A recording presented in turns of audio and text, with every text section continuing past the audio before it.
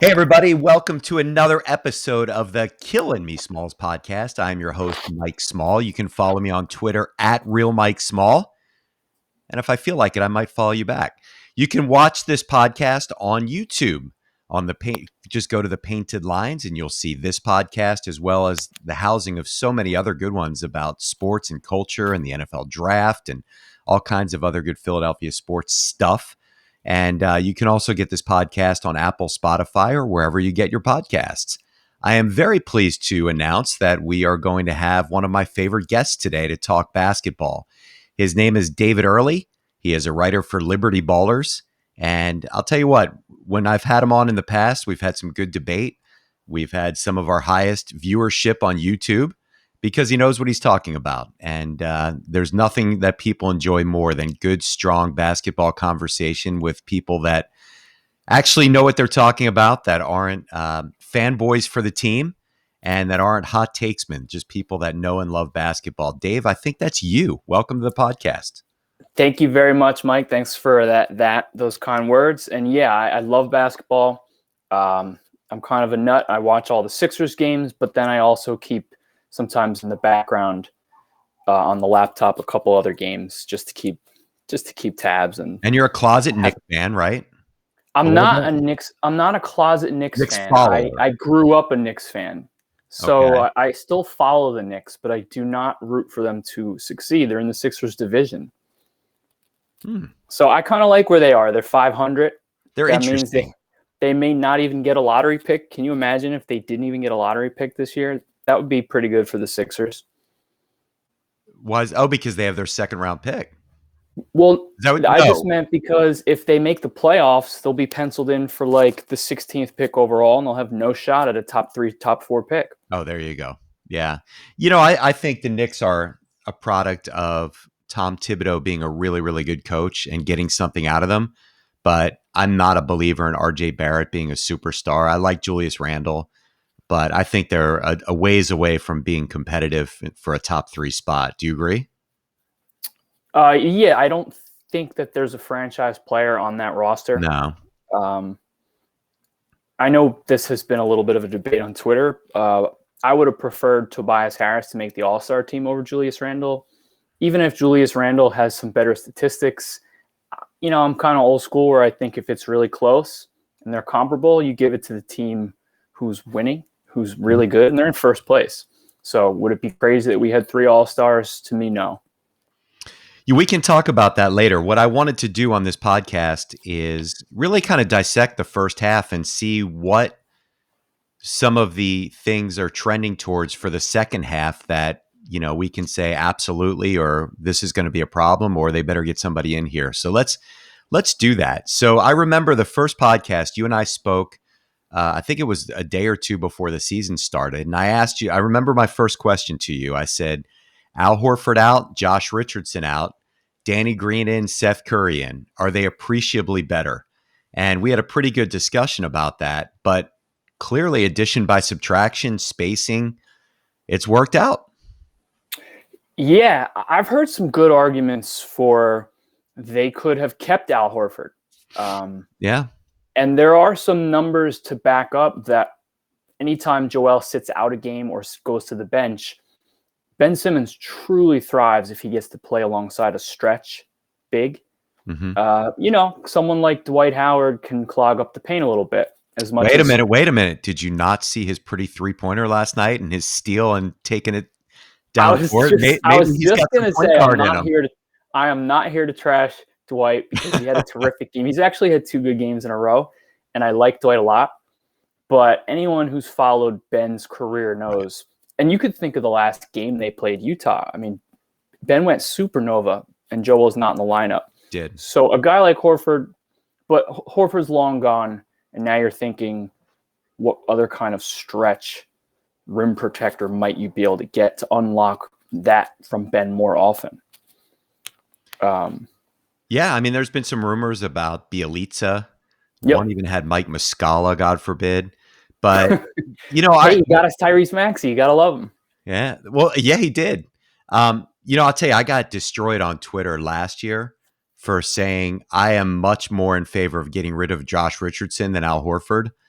I couldn't stand the way Josh Richardson played the game. And I even watched Dallas play the other night, and I don't miss him at all. He just really has no idea how to create space for others, and his shot is awful. And, even though Seth Curry has been hot and cold and he's really struggled since getting COVID, the idea of Seth Curry is still a lot better than the idea of Josh Richardson to me. Do you agree with that? From an on-court standpoint, I think you're 100% correct. I am assuming someone like Daryl Morey was thinking, of course we would like Horford. He's still a good player, but his contract is big and it's long, and that It's bad. takes away options. If I'm going to turn to managing partners, Josh Harris and David Blitzer, and I'm going to say, let me offer 4 picks. Let me offer 3 picks and a swap if Zach LaVine becomes available, if Bradley Beal becomes available. We're not going to be able to pay all these guys if we have Al Horford on the books. Right. So, addition by subtraction in that you create some cap flex and you get much better fits for the starting unit. So I'm going to say something that is going to annoy Sixer fans, but I'm going to say it anyway. Do it. I love that they're number one. I love the win against Utah. I love the way they played against the Lakers and the way that they get up for certain games. They've had a break in the first half. They've played a lot of games against depleted teams. I think they've only won 5 games against teams over 500. I think that they've gotten a little, I'm not going to say fool's gold because that's insulting. I'm not sure they are the number 1 seed if they don't do anything going forward in terms of changing the team based on what I saw. I think they're better. I think Embiid is on another planet. I think they finally unlocked Ben Simmons to be aggressive. His defense has been amazing. Tobias Harris is night and day. I'm just not sure they are the best team in the East right now and would be the favorite to go to the finals if the playoffs started tomorrow. No, for sure not. The Nets deserve to be the favorites, not only to get the 1 seed, but to be the favorites to go to the finals. You could certainly make a case for the Bucks passing the Sixers in the standings.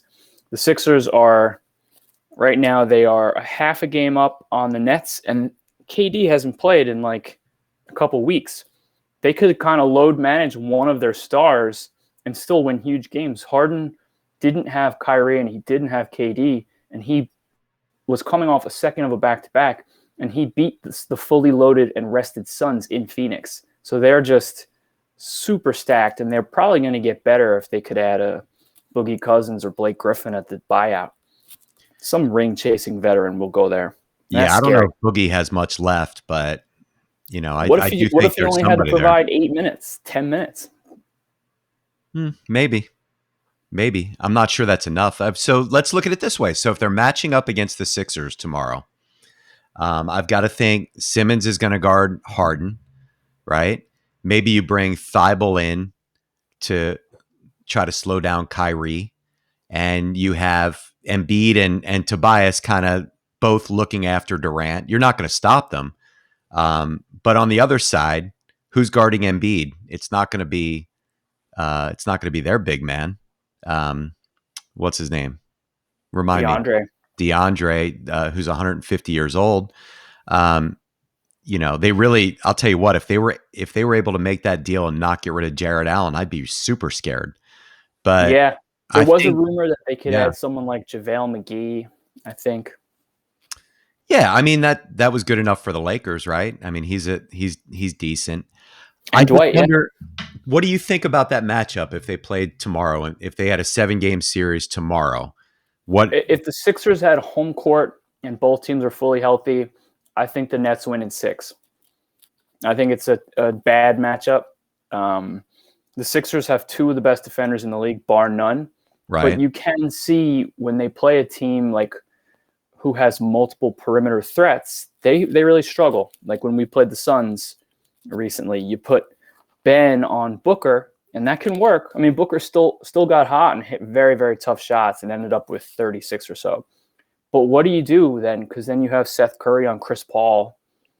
And if Seth Curry ends up on James Harden or Kevin Durant, you're in big trouble. If Danny Green ends up on Kyrie Irving, you're in big trouble.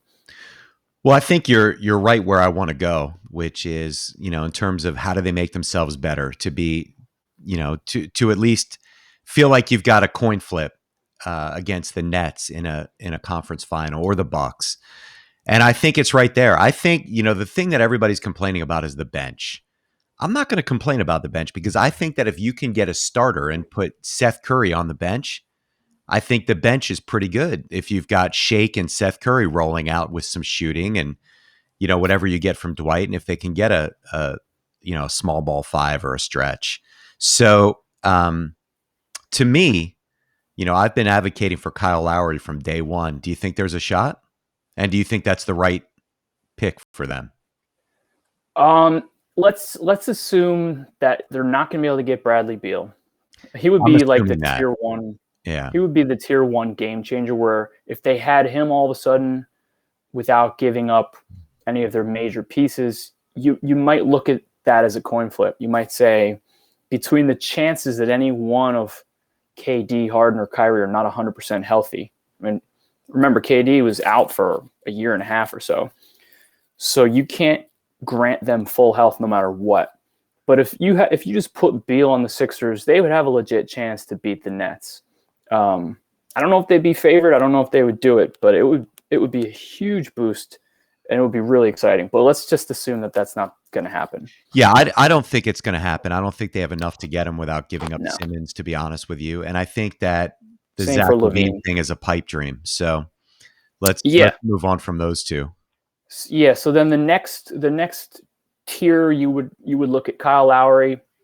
You would look at Lonzo Ball, although I don't think he's available. See, I think Lonzo's the one I want. I would love to get Lonzo. But yeah, they announced that Lonzo and JJ Redick were available. I still think Redick's available, but I think they're probably giving second thoughts about Lonzo, although he is a restricted free agent at the end of the year.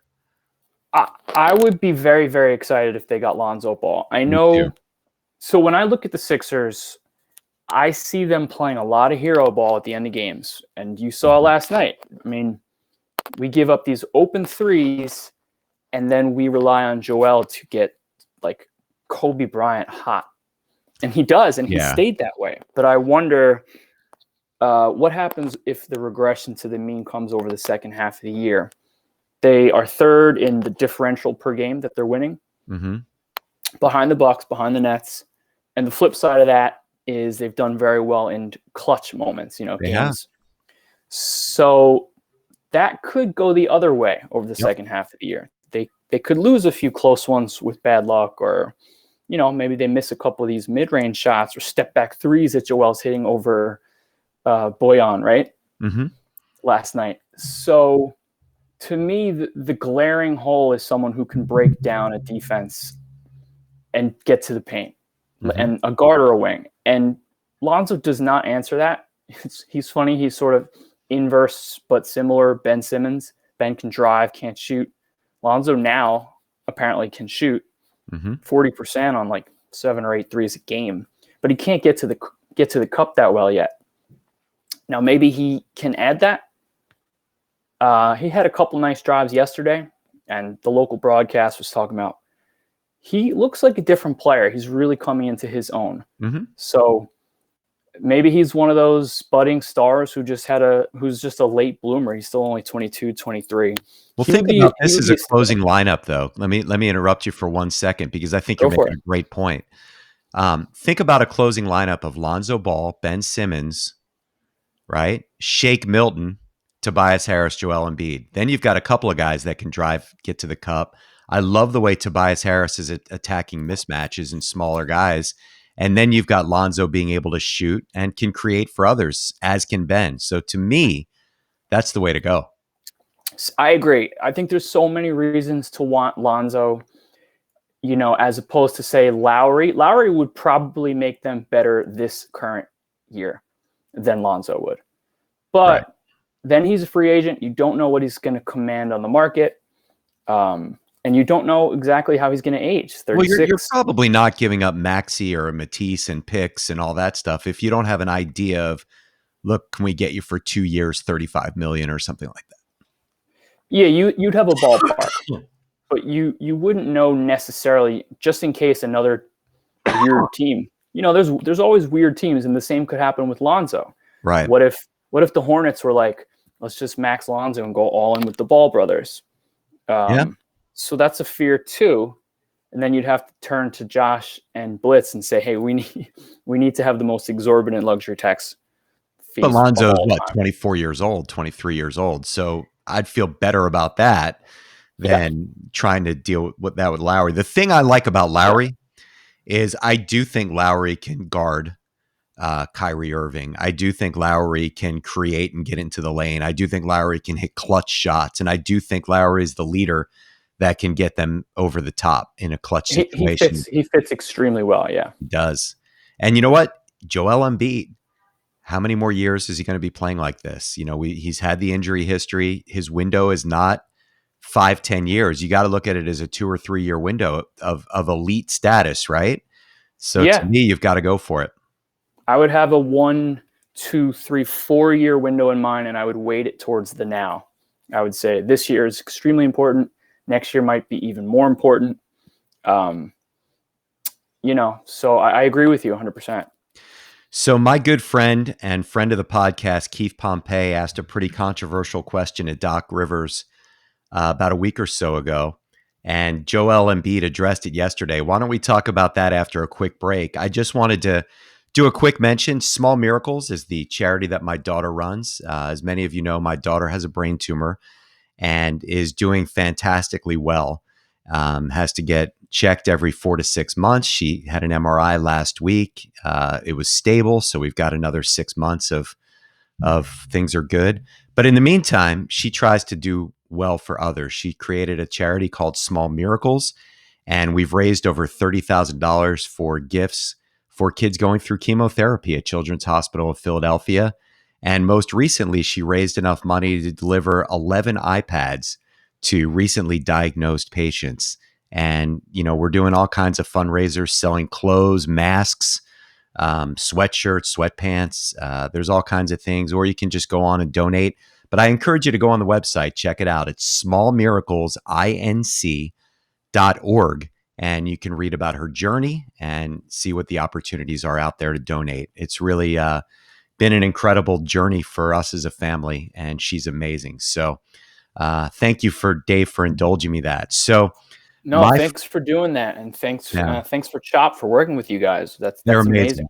Yeah, and the care that she's gotten has been amazing, and she is amazing. She got almost a perfect score in her math SATs. She's ranked 1 or 2 in the class. I was looking at some Ivy League schools. She definitely has her mom smart, so we're really, really excited about. But it's too humble. But a lot of people, a lot of people are, and she wants to go where you went. You went to Columbia, right? I went to Cornell. Actually. Oh, the other C. Yeah, she's interested in Columbia, so we'll see. It's a little too cold up at Cornell, right? Ithaca is really cold. It is, but as a city guy, I was happy to get out of New York City as someone who grew up here. Oh, okay. There you go. She loves the city. But what I'm proud of is that she's not just, worried about herself. She's worried about others, and it makes me really proud as a parent. But getting back to the Sixers, my good friend Keith Pompey asked the question to Doc Rivers when Joel Embiid was playing against who was the game? It was the Jazz last time, right? Joel was out last time. And Joe was a late scratch. Doc didn't know about it. Joe was a late scratched. Mm-hmm. And Keith asked Doc, why does it seem like Joe avoids – he didn't ask it this way, but inferred that Joe avoids elite centers. And Doc was kind of incredulous with the question. And Joel Embiid, who had a monster game, 40 points and 18 rebounds against Rudy Gobert last night, and his normal trash talk as well, called out Pompey. And it's been all over Twitter today, and people are really reacting to it. What are your thoughts about what Keith said and what some of the reactions are? I think everyone acted in their self-interest, and I don't have a problem with anyone involved here. Keith asked a question that represents the view of many fans who want to see the two best centers go head to head. They want to see Joel on national TV dominate Anthony Davis and Rudy Gobert. And we got that last night, and it was amazing as a fan to watch. And I don't mind Doc kind of rolling his eyes at the instigating Got to question. protect his player. Yep. And I don't mind Joel being sensitive to it. Michael Jordan used that type of fodder to motivate himself throughout his entire career. And he takes names, Kobe Bryant, they use this stuff and it fuels them and they come out to prove a point that Right.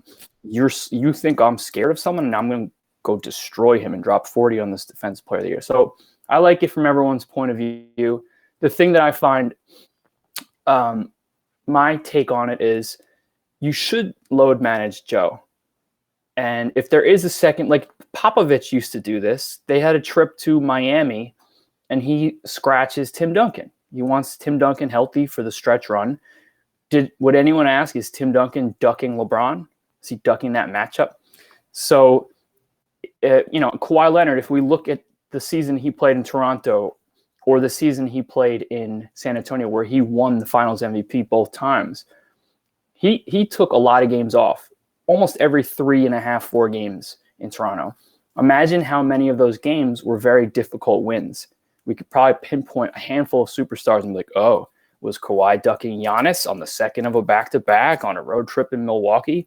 So it's stupid. You should rest on games where even if you played your absolute best, you might lose. Those are the games to load manage and then pick up the bunnies at home against the Bulls. So it's just a narrative. Yeah. You can love Joel Embiid.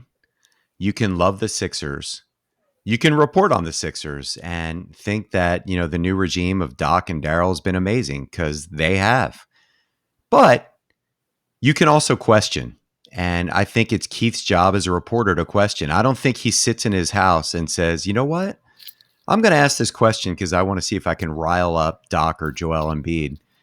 He's asking the question because he's a damn good reporter and has an idea of a reason that this might be a story, and he's going for it. And I have full respect for him for that. He gets held to a different standard because he writes for the Inquirer than if Howard Eskin asked it. If Howard Eskin asked it, people would say, oh, he's doing shock jock radio. He has to come up with Joel's timid. He's too scared of the top dogs. If Keith does it, he's going to get a little blowback, and that's fine. And he obviously wasn't fearful in handling that. And you know what? Listen, I went to journalism school, and I'll tell you what, if I'm Keith and he gets a story tomorrow that something about Ben Simmons or something about Tobias Harris, and the question needs to be asked, he's not going to back away from it because there's a little grief on Twitter, and that's what a reporter does. Yeah, I would just ask Keith, like, did you honestly think he was scared, or did you see it in the greater context of getting Joel healthy for the playoffs and maybe missing a game where even if the Sixers played 100% well, they still might lose? Because those are, from a strategic and game theory standpoint, the games to make sure that his back is not sore. Yeah, but it doesn't seem to be sore. I think his point was it doesn't seem to be sore when there's a 6'8" power forward playing center. So I think he you'd have to remind him of 2 years ago. Joel was playing with a sore back and was playing dominant basketball every time he suited up. Right. But then, come All-Star break, he was a shell of himself because then he picked up the knee tendonitis. So he could look great playing through something. He's got that warrior mentality. It doesn't mean you want him playing through a low back. He's had that, I forget how to pronounce it, but that spinal fracture from his Kansas days. Well, I'll tell you what, if I'm a Sixer fan, I'd rather him not playing the All-Star game more than anything else, or get about 10 minutes. But he's going to try to play 30, 35 minutes and win that MVP. Is he on Doc's team? Doc could just bench him. I don't know which team Doc is coaching. You've got Team Durant, which I don't, if Durant's not in the game, I don't know why he's a captain, but he is. Have they picked yet? I don't think they have, not as of. Okay. Let's hope that both end up under Doc, and then he can just bench them both. Yeah, and hopefully he puts, Kyrie out there for about 40 minutes, and same with Harden. Exactly. Wear them down. So we talked about where they are. We talked about a little bit where they're going. What is your vision right now in terms of, knowing that Daryl Morey is probably working the phones? Do you think we will hear something sooner than later, or do you think it's going to come down to the trade deadline before a move is made? I would guess I in know you don't between. know, but gut feel. Yeah, I would guess in between. I would guess, what is it, March 15th Mm-hmm. is the deadline? Yep. We have a game against the Spurs the day before that, I believe.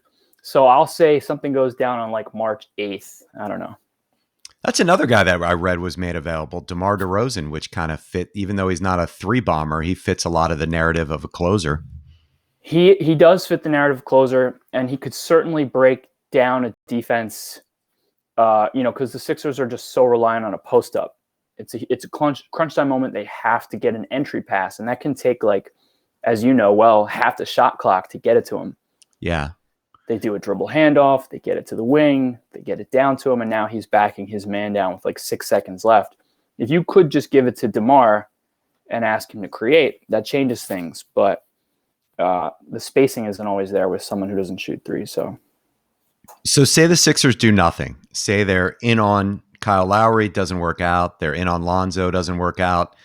Maybe they grab some third-rate shooter just to throw on the bench and have somebody else.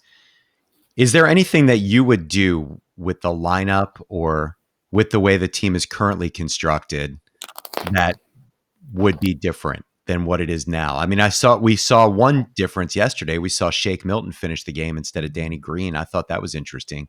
Is there anything different that you would do with the way it's currently constructed? Yeah, the couple quick fixes, or I don't want to use the word fixes because I think they might be gaining information with the way they've done it, but I wouldn't marry Joel and Ben's minutes as much as they have. I think staggering them like Brett Brown used to could give us more of those moments that we saw when Joel sat out in Utah, where Ben just goes nuts. And that would solve some of our all bench units problems. Like when you saw last night, you probably were pulling your hair out when you saw Dwight shooting a three, Furkan. I called it all the way. No, I'm just kidding. Furkan, I don't even want to see Furkan. I know he gets hot sometimes, but I can't stand watching him play. I don't even want to see him in a game anymore. Wow. I'm Furkan'd out. I'm so over him. I know it's once every 4 games and he's amazing, and then he drives me crazy. I can't even watch him. I talked to my mom the other day and she said, "How's the writing going?" I said, "Why do you ask? You don't even know any of these players." She goes, "I do. I know Joel Embiid." She calls him Joel Embiid. Joel, yeah. And I know Furball. So she was close. That's good stuff. So yeah, you were saying though, is there something that you would tweak though, aside from staggering the minutes? I do, now that Simmons actually can carry some offense because he's gotten aggressive and he's going to the free throw line, and you can do that. At the beginning of the year, he wasn't giving you anything separate from Embiid. I would 5, replace 10 games for sure. For sure, yeah. I would replace Danny Green with Shake for much more minutes, and I would not do these all bench units that Doc likes to do. I would have Ben in there. I really want a way that they can have a starting 5 that doesn't include Seth Curry, because I think he'd be a bench weapon as opposed to a starting liability.